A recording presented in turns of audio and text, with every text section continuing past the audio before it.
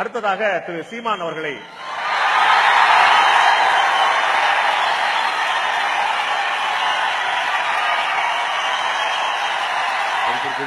எங்கள் அண்ணன் பாண்டியராஜன் அவர்கள் பேசுகிற போது, இதுவரை தமிழ்நாட்டில் அம்மா உப்பு, அம்மா உரம், அம்மா உணவகம் அதான் இருந்துச்சு. இப்ப இந்த வரி, ஜிஎஸ்டி வரியும் அம்மா வரி தான் இப்பதான் நமக்கு தெரியுது.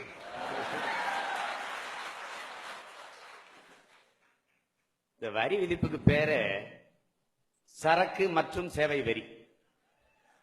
சரக்குக்கு மட்டும் இல்லை வரி.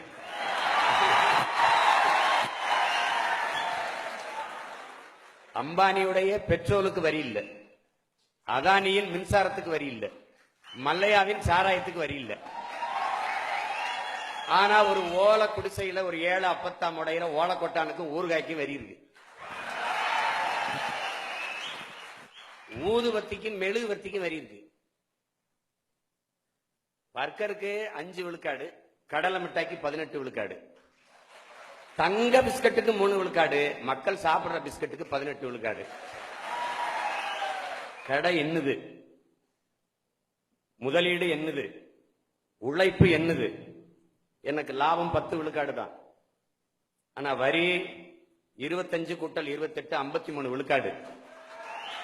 இப்ப நாம என்ன சொல்றோம், தயவு செய்து பெருமக்களே இந்த லாபத்தை எடுத்துக்கிட்டு வரியை என்ற கொடுத்துருங்க.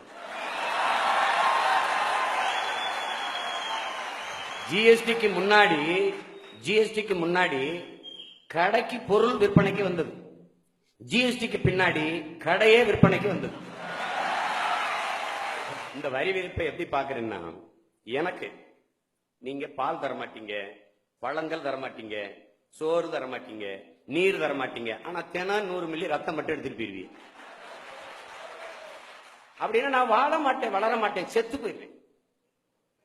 ஒரு நாடு தன் நாட்டின் மண்ணின் வளம், மனித பேராற்றல் இதை பயன்படுத்தி உற்பத்தியை பெருக்கி லாபத்தை ஈட்டி வளர்வதுதான் பொருளாதார வளர்ச்சி.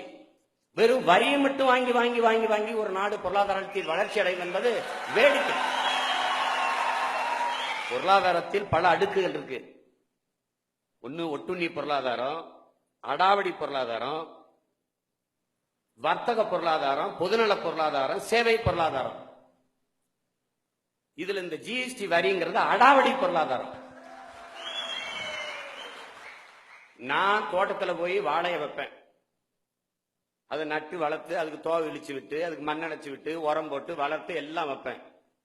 அது தார் விட்டு பழுத்து தொங்கும்போது ஒரு யானை வந்து கொலை எடுத்து போயிடும். இதுதான் இந்த ஜிஎஸ்டி.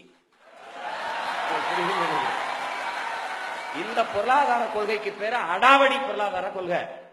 எங்க அண்ணன் சொல்றாரு, மாநிலங்களினுடைய வருமானம் பெருகிவிட்டது. அப்படின்னா தமிழ்நாடு அரசு பெற்ற 5 லட்சம் கோடி கடனை கட்டிடுவீங்களா நீங்க? இப்போ இது ஒவ்வொரு மாநிலங்களினுடைய பொருளியல் தன்னாட்சியின் மீது தொடுக்கப்பட்ட போர். அதை நல்லா விளங்கணும். நம் நாடு ஏற்றுக்கொண்டிருக்கிற பொருளாதார கொள்கை தனியார் மய, தாராளமய, உலகமய பொருளாதார கொள்கை, சந்தை பொருளாதார கொள்கை. சந்தை பொருளாதாரத்தை ஏற்றுக்கொண்டிருக்கிற எந்த நாடும் வாழாது, வளராது. இது சத்தியம், எழுதி வச்சுக்கணும். ஜிஎஸ்டி பத்தி பேசினால 2 சந்தேகம் தான். ஒண்ணு, வரியே இதற்கு முன்னால் இருந்தது இல்லையா, இப்பதான் வரி விதிக்கிறாங்களா? ஒண்ணு. ரெண்டாவது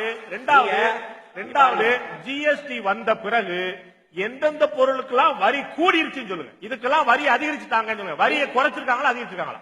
ஒண்ணு இல்ல, நீங்க மெழுகுவர்த்தி, ஊதுவத்தி, ஓலக்கொட்டா, ஊறுகாய்க்கு வரி ஏற்றிருக்கீங்களா இல்லையா? முன்னாடி வரி இருந்ததா இல்லையா? நீங்க பாதிப்பு இல்லைன்னா நெசவாளர் எதுக்கு போராடிட்டு இருக்கான்? எதுக்கு திரைத்துறை எதுக்கு இந்த கோவைனாவே மாவரைக்கிற எந்திரம் தான். எதுக்கு பல்லாயிரக்கணக்கான தொழிலாளர்கள் போராடிட்டு இருக்காங்க? நீங்களே என்ன சொல்லி வாங்க பேசிக்கலாம், தீர்த்துக்கலாம், மறுபடியும் சரி செஞ்சுக்கலாம். அப்ப பிரச்சனை இருக்குல்ல. நாம என்ன கேட்கிறோம், 5 விழுக்காடு ஜிஎஸ்டி விதிக்கிற கனடா, அது அந்த மாநிலங்களுக்கு முன்னுரிமை கொடுக்குது. என்ன சொல்றது, அந்த மாநில அரசுகள் 7 இருந்து 12 விழுக்காடு வரி விதிச்சுக்கலாம். இந்த 5 விழுக்காடு ஜிஎஸ்டி விதிக்கிற கனடா நாடு கல்வியையும் மருத்துவத்தையும் சரியாக, சமமாக, தரமாக, இலவசமாக கொடுக்குது. என் நாடு அதை தருமா? இந்த கேள்வி நான் என்ன கேட்கிறேன், இந்த வரியை நீங்க எடுத்துக்கிறீங்க, 28 எடுங்க, 30 கூட எடுத்துக்கிறீங்க, இது என்னவாக எனக்கு எந்த வடிவத்தில் திருப்பி வரும்? என்னவா வரும்? இந்த வரியை எடுத்துக்கிறங்க, சுங்க வரியவா தூக்குங்க. 50 கிலோமீட்டருக்கு 50 ரூபாய் கப்பம் கட்டி கடந்து வரோம்ல, அது முடியல. ஜிஎஸ்டிக்கு திருக்குறள்ல எதையுமே நம்ம பாட்டம் பாடாம போயிட்டாரோன்னு நினைச்சோம். பாடியிருக்கிறார், வேலோடு நின்றான் எடுவென்றது போலும் கோலோடு நின்றான் இரவு. இதுக்கு என்ன அர்த்தம்? நள்ளிரவுல சாமத்துல ஆயுதத்தை வச்சு மிரட்டி மக்கள்கிட்ட பணத்தை பறிக்கிற திருடன் செய்யற செயல் எவ்வளவு கொடுமையானதோ, அதுபோல நள்ளிரவில் சட்டம் ஏற்றி மக்கள்கிட்ட அநியாயமா வரி விதிப்பதும் அதை போல கொடுமையானது. எல்லா நாடும் ஏன் நாட்டுல வந்து முதலீடு செய்து, ரஷ்யா வருது, கொரியா வருது, ஜப்பான் வருது. ஆனால் இது எந்த நாட்டிலேயாவது ஏன் நாடு முதலீடு செஞ்சிருக்கா? இல்ல. ஆனா ஏன் நாடு முதலீடு செஞ்சிருக்கு எங்க? சுவிஸ் வங்கியில.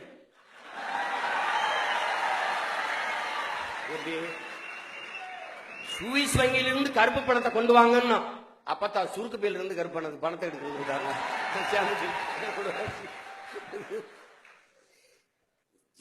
ஜிஎஸ்டி நாங்க என்ன வரியே வேணான்னு சொல்லல, வரியே வேணான்னு சொல்லல.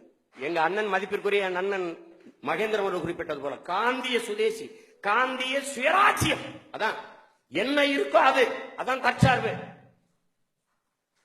இந்த தற்சார்பு பொருளாதார கொள்கையை வகித்த காந்தியினுடைய உதவியாளர் ஐயா ஜே.சி. குமாரப்பா சொல்றாரு, வரி என்பது வளர்ந்து விட்ட மரத்தை வெட்டி கரியாக்குவது போல வரி இருக்கக்கூடாது. அப்ப எப்படி இருக்கணும்? அந்த மரத்தின் நன்கு கனிந்த கனியை மரத்திற்கு வலிக்காமல் பறிப்பது போல மக்களிடத்தில் வரியை பெறணுங்கிறாங்க. பண மதிப்பிழப்புல என்ன சொன்னாங்க? ஒரு திருந்து பாருங்கள், 6 மாசத்தில் நாடு சொர்க்கமாக போகிறது, எங்கேயோ போகிறீர்கள் எல்லாம். கடைசியா வளரும் நாடுகள் பட்டியலில் இருந்தே நம்ம நாட்டை தூக்கிட்டான்.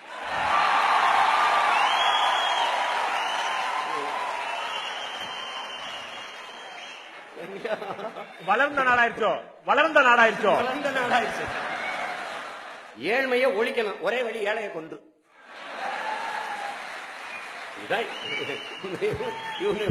தத்துவ நிலைப்பாடு. இது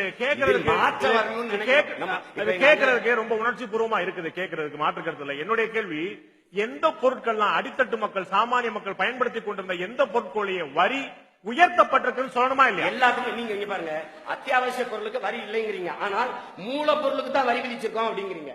மூலப்பொருளை கொண்டு உற்பத்தி செய்யப்படுற அத்தியாவசிய பொருளின் விலை ஏறுமா யாராவது? அதான் கேள்வி. நீங்க மூலப்பொருளுக்கு தான் அத்தியாவசிய பொருளுக்கு நீங்க இருங்க, எதுவுமே பிராண்டட் பாக்கெட்ல வந்தா விலைங்கிறீங்க.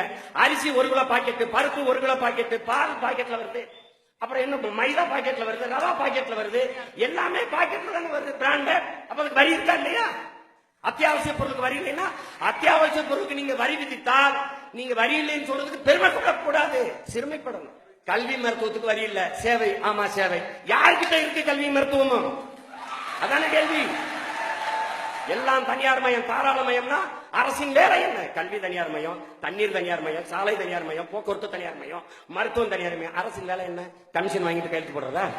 என்ன வேலை?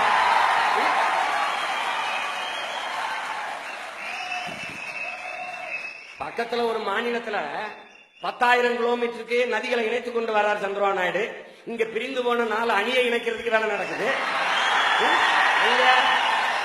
அங்க ஆந்திர மாநிலத்துக்குள்ள சந்திரபாபு நாயுடு அவர்கள் 2500 தடுப்படைகளை கட்டுவதற்கு போராடி கொண்டிருக்கிறார்.